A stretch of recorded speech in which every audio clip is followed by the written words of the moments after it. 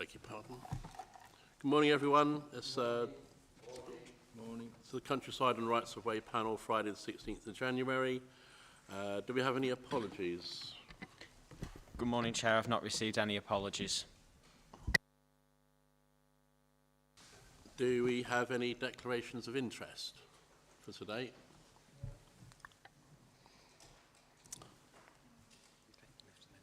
The minutes of the meeting held on the 12th of December 2025.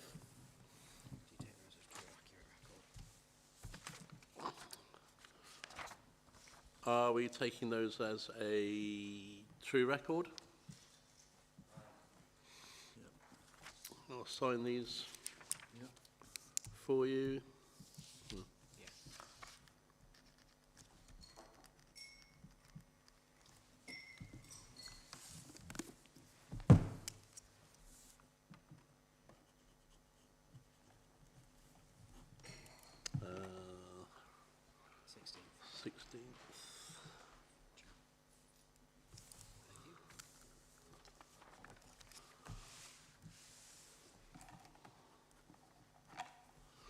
So item 4, Highways Act 1980, section 119, proposed diversion of a public footpath, Keele number 6, Finney Green Farm, Parish of Keele. Over to you. Is your mic on?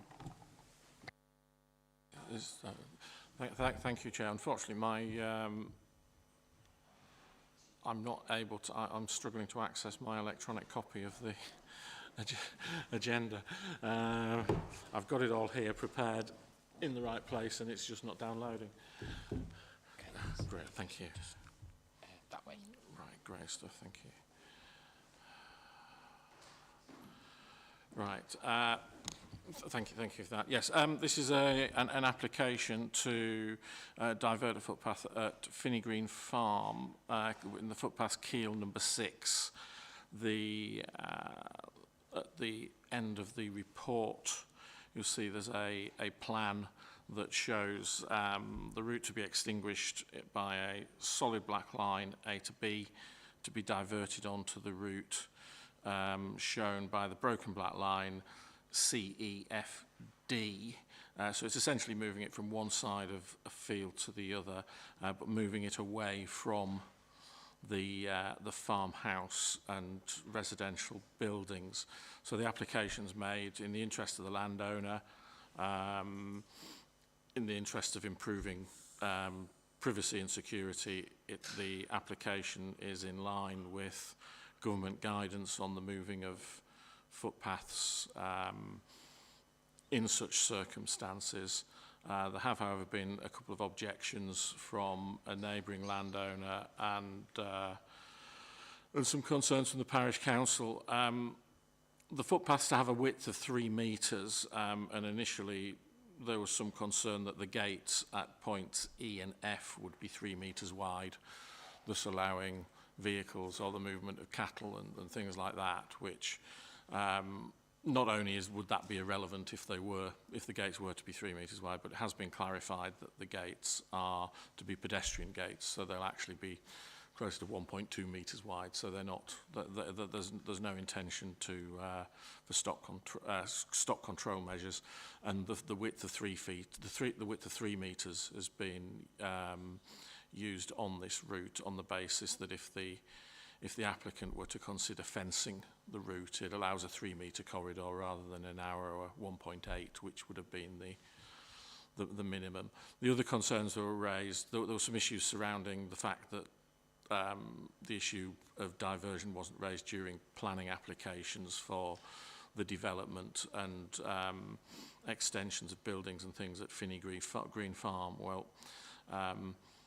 the footpath didn't affect the development as such, so therefore the concerns and things relating to planning applications again aren't considerations. So the matter before you as the application subject to objections is: are you satisfied that there's a landowner interest, that test is met, and then other considerations surround whether the alternative route is substantially less convenient on the effect of enjoyment on the route.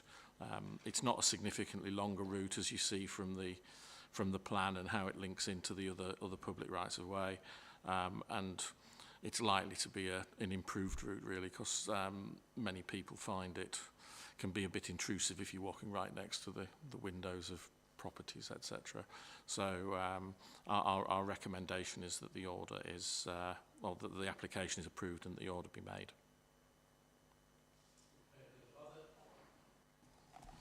Are there any additional costs? The costs for processing the application are covered by the applicant. If there were objections, then the matter would go off to public inquiry, well, to the planning inspectorate, potentially either for public inquiry or written representations, as with any opposed order. The extent to which that may incur some costs would be pretty much up to the council as to how involved they became in that process. You would at least be acting as a post box by referring documents and the like. But in making an order, there's a reasonable expectation that you would perhaps support the order through that process. But equally, I think it would be fair to say that any applicant would be well advised to be seeking their own, putting their own case in support of the order as well, as it's obviously in their interest to do so. Okay, thank you very much. Does anybody else any observations? Yes, please. Would it be disabled access as well? If the disabled need to get across, please. It has been assessed for Equalities Act purposes, and there's certainly no disadvantages for any protected characteristic groups. The gates, obviously, at E and the provision of gates at E and F would be to the British standard, which would be accessible. So that's obviously in preference to stiles, which we avoid at every opportunity on any diversion and encourage gates. And the route is a relatively level grassed surface, so it's it's certainly no less user friendly than the existing path. I mean, I think if we were talking wheelchair users, then they would struggle to use the existing path. But it is a relatively level grassed surface, so therefore certainly less able people and people who are able to get to the path in the first place would be able to use it without any problems. Yeah, confirm. Yeah, I was just thinking about the walking people that are disabled, getting across the pathways and all that. That's all. Thank you.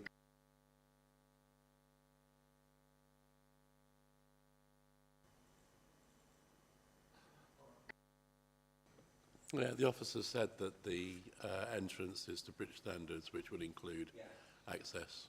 Are you happy with that? Yeah, fine. Thanks, Neil. Any other observations, questions? So, anything? So are there any objections, or do we take this, do we have a vote on it? All those in favour of the officer's recommendations? That's unanimous. Thank you very much.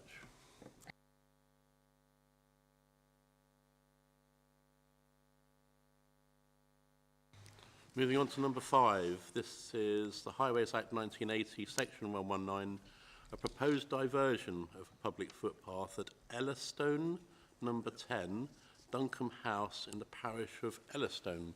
Over to you. Thank you, Chair.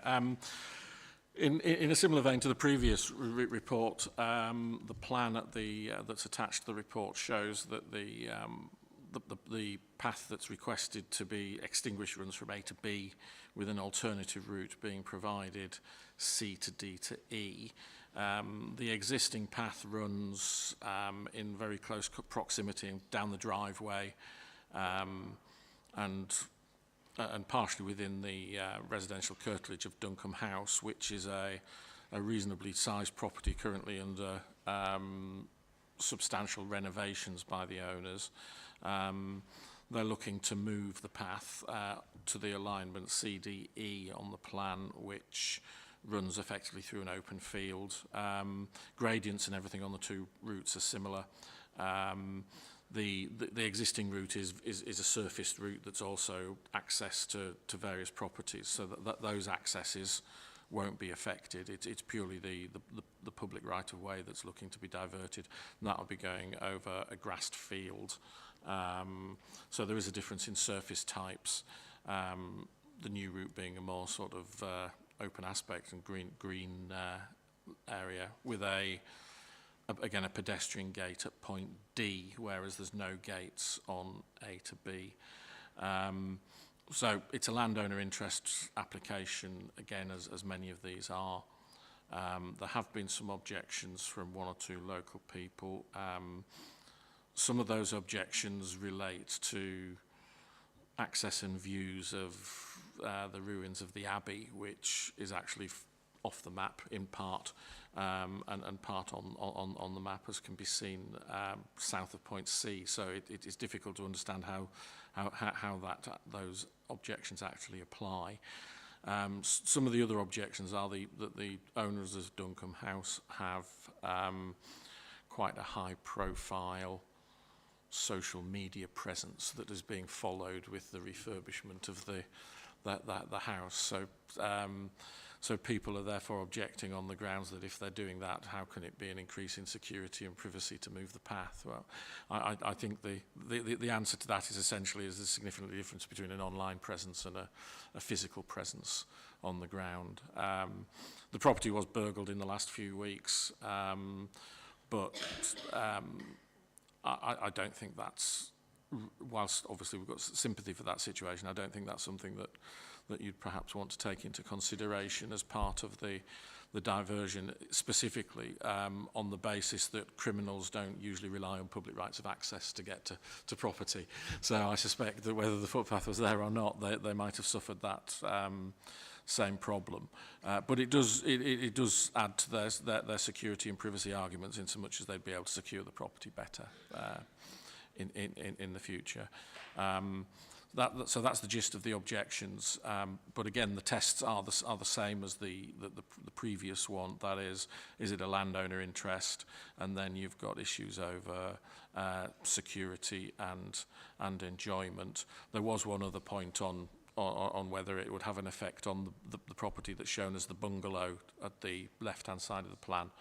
But those properties are apparently holiday cottages and owned by the owners of Duncombe House. So clearly, as the applicants, they don't see it as a problem from their perspective of their property.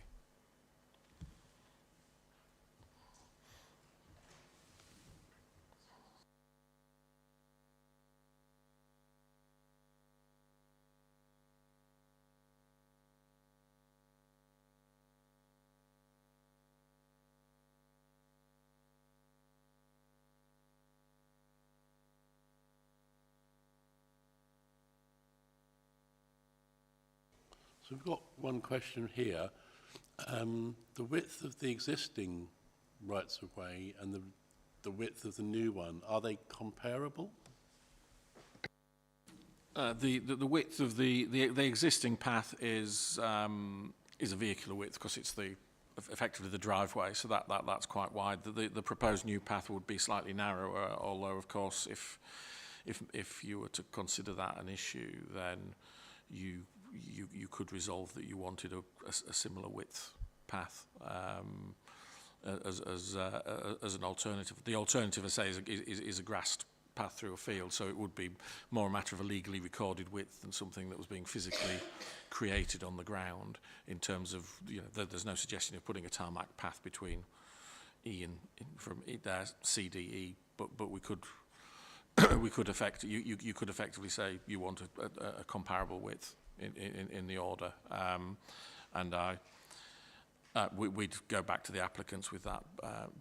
I'm reasonably confident that they wouldn't have a problem with that, having the discussions that we've had surrounding the various objections and bits and bobs that were raised. Okay, thank you. Is there any other comments? Yes, Lynn. Yeah, maps are not my forte, especially the scale element. What's the, how far is the proposed path to the path that's all existing path, yeah?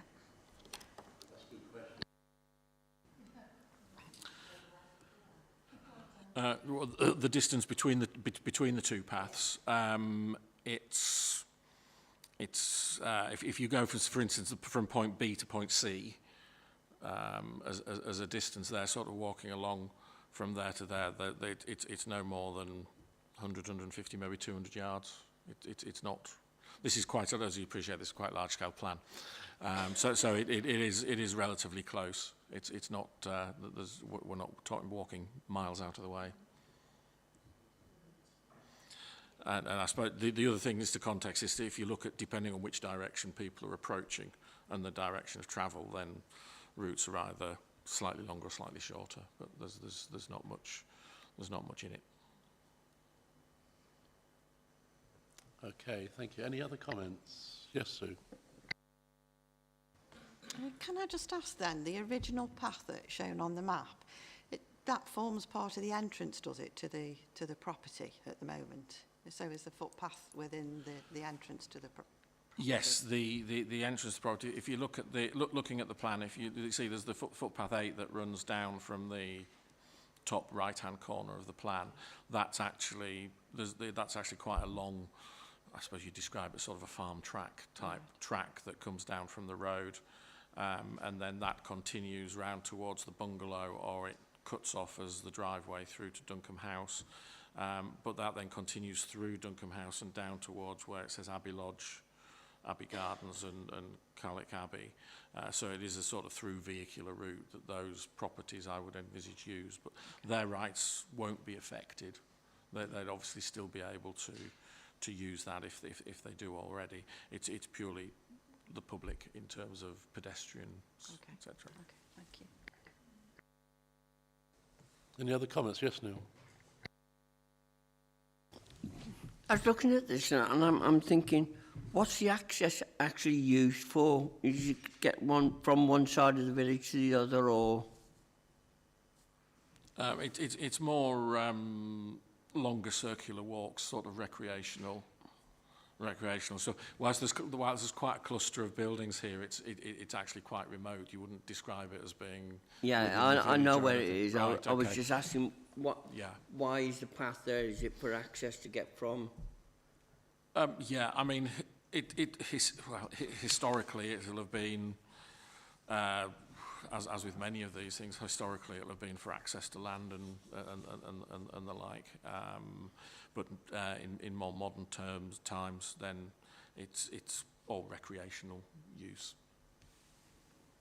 Yeah. Okay. Thank you. Thanks for that, Neil. Any other comments? Right, so we'll take a vote on it. All those in favour of the officer's recommendation? That's unanimous. Thank you very much. Item number 6, Highways Act 1980, proposed diversion of the public footpath, Denstone, number 15. Over to you, Robin.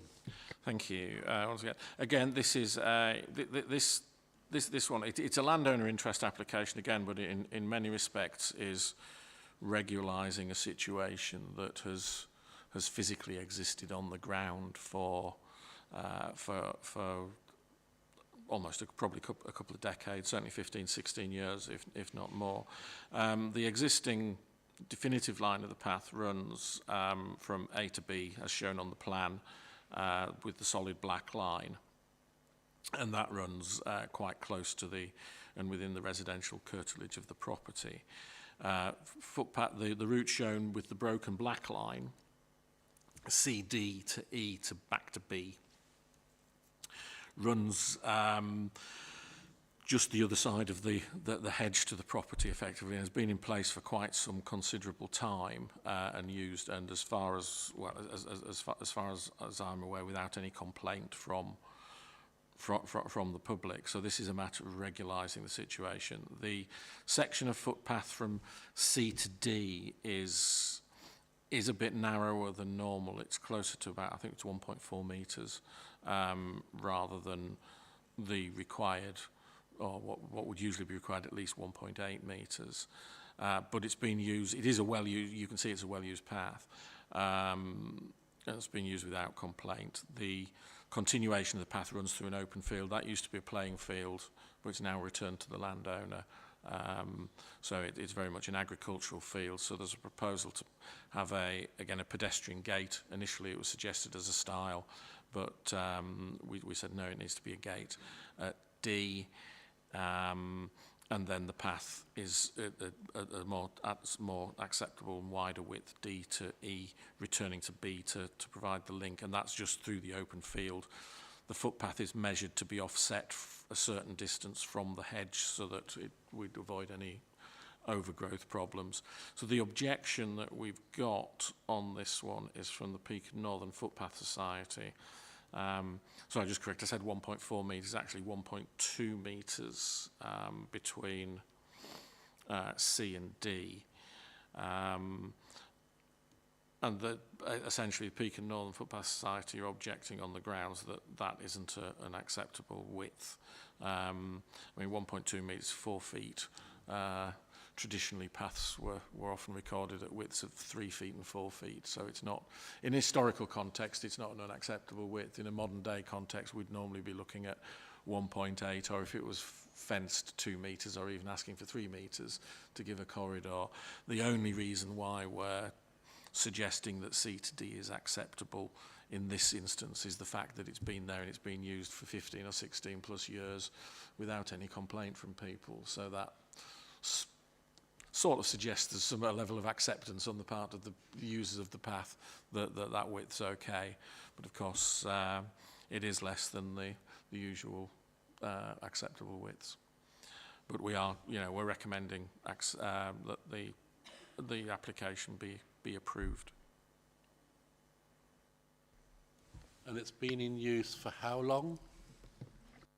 We know for certain at least 16 years, which is when the current landowners moved in and it was already in place. I think it's one of those where the path's been moved unofficially and been there for quite some considerable time now, and everybody's accepted. I think if we try to move it back the other way, it's more likely to raise concerns because of the fact that what people perceive as being the path would be obstructed and removed. Thank you very much. Any comments from anyone? Yes, Neil? You haven't given the reason why they wanted it moving that distance, because to me it's minimal. It's minimal range, isn't it? Yeah, well, I mean, the legal line of the path currently effectively goes through the garden of the property. This moves it out of the property onto DEB is on a different person's land. Landowner is quite happy for that to go ahead and has agreed to it. C to D probably does fall within the ownership of the applicant, but again, it moves it out. So it's effectively moving it out of the residential curtilage into the to the other side of the hedge. So it's landowner interest in so much as at the moment, if somebody's walking through his garden, he can't really do anything to stop them, even though the path isn't physically available. So it's landowner interest and regularising a situation that's existed for many years. The alternative would effectively be assisting on the path being opened up, which would have it would be possible, but I mean, it obviously raises the potential for enforcement action or anything of that nature. Okay, thank you. Thank you very much. Any other? Go on, Lynn. Yeah, the jagged line, that path there, would that originally have been an unofficial path that the locals just chose for themselves, and it just got wider and wider and more trodden down? Does that happen? The path between C and D has got a hedge one side and it's got the fence to I think it's the school to the other side. So it has been physically created at some point. I think rather than just used, there has been all I can say is person's unknown, because it's understood it was there before the person who's currently has the property was there. And indeed, I think if you go on the site, you probably find that I think the signpost is probably closer to point C than it is to A as well. So there's perhaps been something sort of acceptance by the authority that that's where it is in the past as well to some extent. Certainly at point D, when I went, there was a local authority supplied style at point D, which is going to be changed for a gate. So we know that secures that access improvement. So again, getting rid of stiles. There are stiles elsewhere on the route, but obviously whenever there's a new a diversion route, we try as often as possible to ensure that we've got gates rather than stiles, as that's in line with the British standards.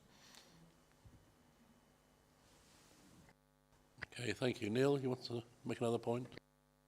Yeah, is the cost going to be for the landowner or for the council? Yeah, the cost of the entire proposal is, as with all of these applications, is covered by the applicant. So that's the application process that they're going through now, and the legal order process, and any physical works on site. The only time there's a potential cost for the authority is, again, is if it has to go off to the planning inspectorate, then there's the potential for some costs there. But again, we would, you know, as a matter of course, we always advise applicants that they, you know, that it's in their interest to have their own representation and be putting their own case in support if something goes to public inquiry. Okay, thank you. Thank you. When you mentioned, yes, go on, Bob. Go on. Thanks, Chair. I was just wondering, are we improving the access? I don't know what the existing access is. Is it styes or kissing gates? Are we improving access for, you know, walkers and things, or? Yeah, I mean, the legal line basically isn't available at all. The proposed new route is available. Say it has a stile at point D, so we're improving that by ensuring there's a gate at that location. There are stiles further along the route to the south, but we've got no. Firstly, they're on other people's land, and we can't, within the order process, insist on gates further along the route. But just looking at the proposal itself, there is an improvement to access in so much as the replacement of the stile at D with a gate. Okay, and you mentioned that it has been in use for 16 years. So it's like rubber stamping, isn't it? Yes, it's been in use for 16 years, but that in itself isn't a reason for making the order. I guess it gives an idea of that it's got the support of the public, but your tests are still landowner interest, enjoyment and convenience. So I don't think you should look at it. I can see how it can be perceived as being rubber stamping, but you know, the tests are the same regardless. You should consider the application as if the existing route is open and available, and therefore whether the tests are met. Okay, thank you. Just remind me of your recommendation. The recommendation is that the order is made as per the application, and that if there are objections but they're withdrawn, or if there aren't any objections, then it be confirmed. If there are objections and they remain outstanding, that the order be referred to the Secretary of State via the Planning Inspectorate.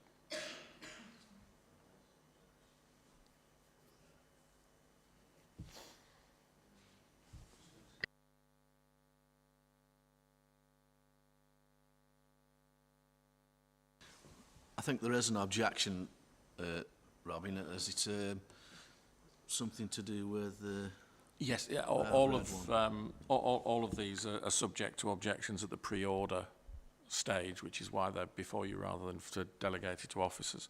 But it's if there are objections to the making of the order in the statutory objection period. Sometimes you find that people may object at the early stage, but then don't further down the line. But you know, on a case like this with the Peak and Northern, we'd probably anticipate that they would pursue that objection through, and it could be dealt with by written representations or a public inquiry. Thank you very much. Any other comments? Okay, so yes, go on, Val.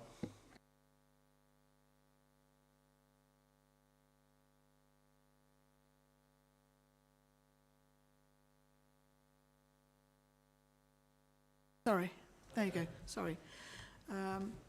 It's just the path that's proposed to be extinguished. If that goes ahead, then will there be a notice advising the public not to go through Duncombe House garden, presumably? How will that be dealt with legally? Thank you. All order processes where orders are made and then subsequently confirmed involve the posting of notices on site as part of the statutory process. Once the order process is finished, then any path that where a path is closed, then it's for the landowner to put up suitable signage and everything like that. So but there are the statutory notices, and the new path we would expect to be, or require to be, I would say, signposted and waymarked as appropriate. So from the council's perspective, we ensure that the new route is clearly marked. The old path, as it's extinguished and therefore effectively nothing to do with the council anymore, then that's up to the landowner to put up appropriate signage after the statutory process is complete. Yeah, so there was, Bob's found it, there was an objection, but it's been resolved and been addressed.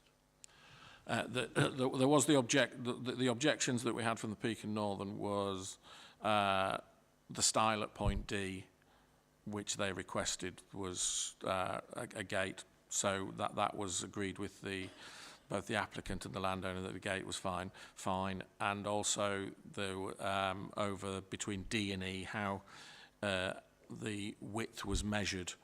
So it's the width of the new path is measured as a certain distance from the hedge line, fence line, and that's so that if you've got a 2 metre path, it's actually a 2 metre path that starts half a metre out from, or a metre out from the hedge line, and that way, as if the hedge grows, as the hedge grows, you're not immediately getting an overgrown path.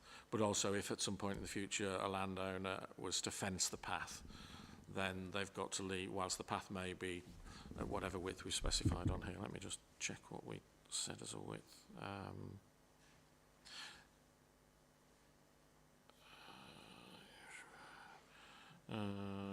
I think, yeah, I think. excuse me, Chair.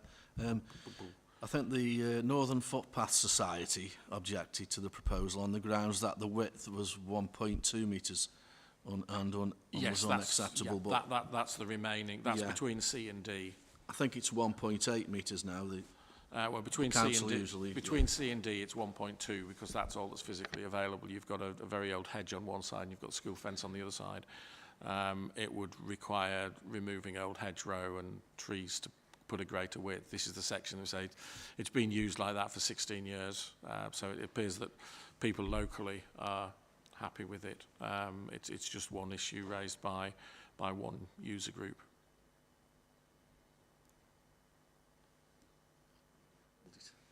Okay, and then the style, will the landowner be taking ownership of that? Yes, the responsibility for stiles and gates initial installation is entirely with the landowner stroke applicant on this. Future maintenance of stiles and gates, as with any stiles and gates, is the responsibility of the landowner, but the authority has a statutory responsibility to fund a minimum of 25% of future maintenance, which is often somewhat difficult to administer as to what constitutes 25% on that. But I think, if I understand rightly, the authority's policy is usually to provide materials in lieu of that contribution because it's more cost effective and it ensures a better standard because it's 25% of the maintenance of a stile or a gate to the standard that the authority would expect, not that a landowner would expect. So we're looking at British standards, not just a couple of planks out of the shed type scenario. Okay, thank you very much. Any other questions? So we'll take a vote then to accept the officer's recommendation that it is passed. So all those in favour?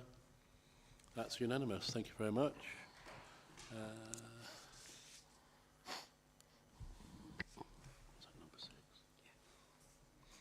So moving on to item number 7, proposed temporary and permanent diversions of a public footpath, Burton number 10, Willington Quarry. Yes, thank you, Chair. This is, as you say, it's we've got two applications here that are probably best at least introduced together, because the issues and the objection and everything are all the same for both of them. It's just we've got a temporary one and then the permanent one. This is an application under the Town and Country Planning Act rather than the Highways Act. So the key criteria are that there's a valid planning consent in place and that the diversion is necessary to enable that development to be carried out. There is a valid planning consent in place, and the existing path on its current alignment is to be quarried away. So it's possibly fair to say that it's necessary. At the end of the first report, we have a plan that shows a proposed temporary diversion, which is running round along the riverbank. And the plan at the end of the second report shows the proposed permanent diversion, which shows the proposed new route predominantly running not along the temporary route, but to the move further to the north, and will skirt around ponds that are to be created as part of the restoration of the site following works. The temporary order runs until mid-2027, after which the reinstatement should be in place and the new route put in place. The objections that we have are from the Open Spaces Society. The objection that we have, looking at Plan 1's possibly the easiest plan to use, it's slightly clearer. The objection that we've got is that the existing route at point B doesn't link into any other public right-of-way. That's factually incorrect. It does. It links into a bridle way. And at point A, it's said it doesn't link anywhere. It does link into an existing and used path, but it's a route that's not on the definitive map. But it's a well-established and used route beyond point A. Our first approach to this on seeing it before we even did the consultations was to speak to the applicants about the dedication or creation of this route beyond A to regularise the situation, but it's not on land that's under their control, so it's not something they could do anything about.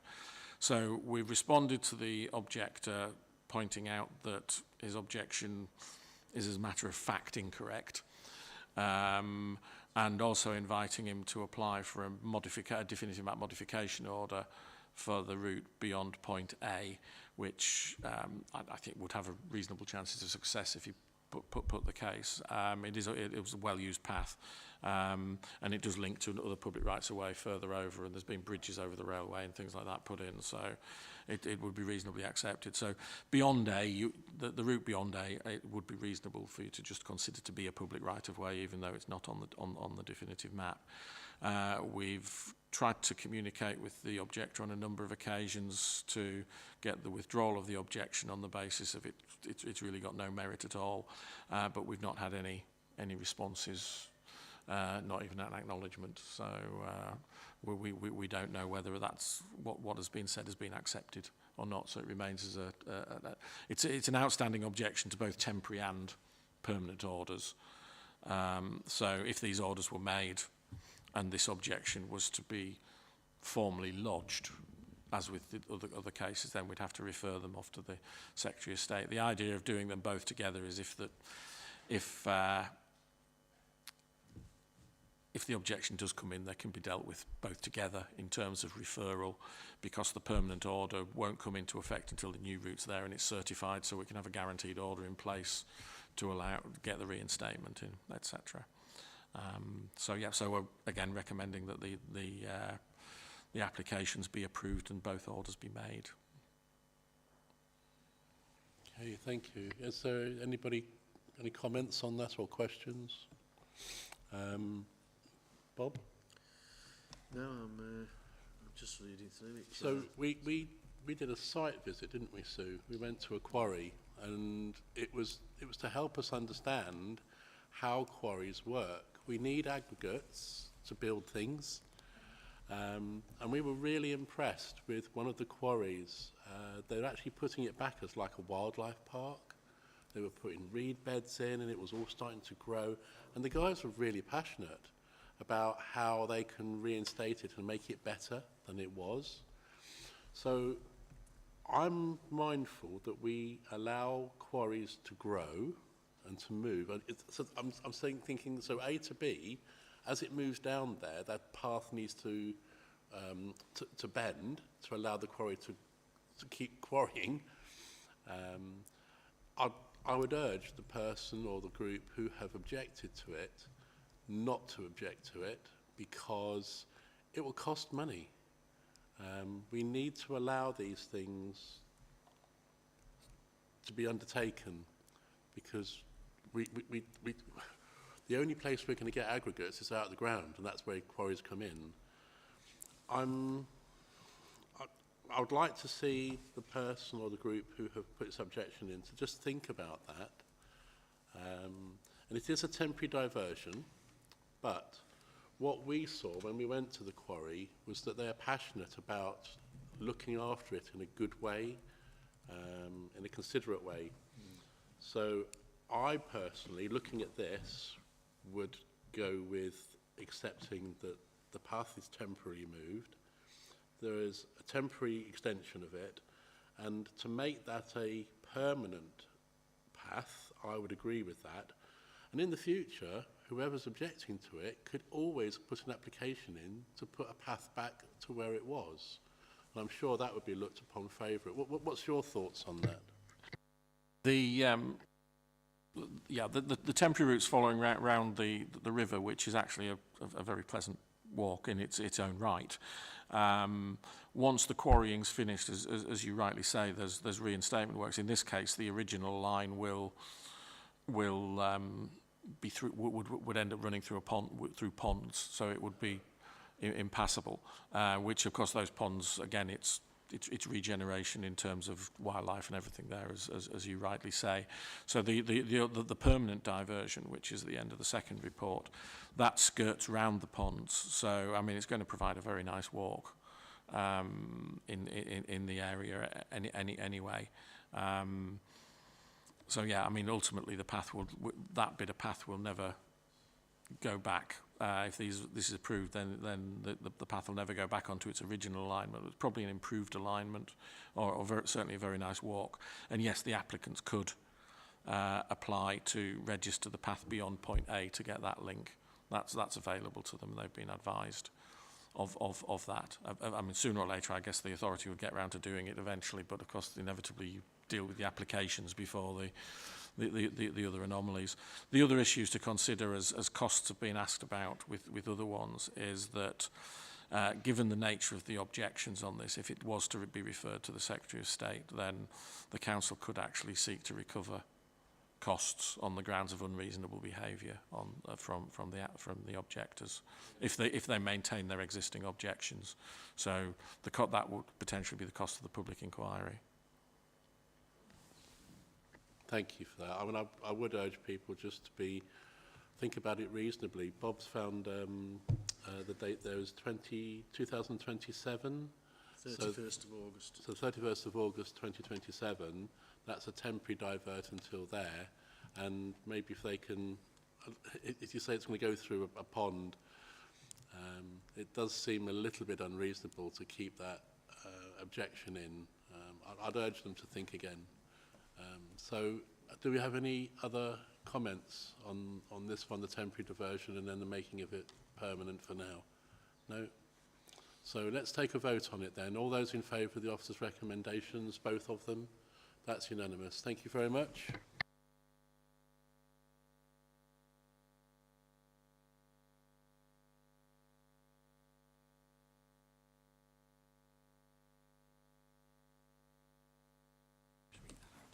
Yes, so exclusion of the public, that the public be excluded from the meeting for the following items of business which involve the likely disclosure of exempt information as defined in the paragraphs of Part 1 of Schedule 12A of the Local Government Act 1972 indicated below. There are no items. That's it. So time now is 10:45, and I declare the meeting closed. Thank you very much indeed to everybody for attending.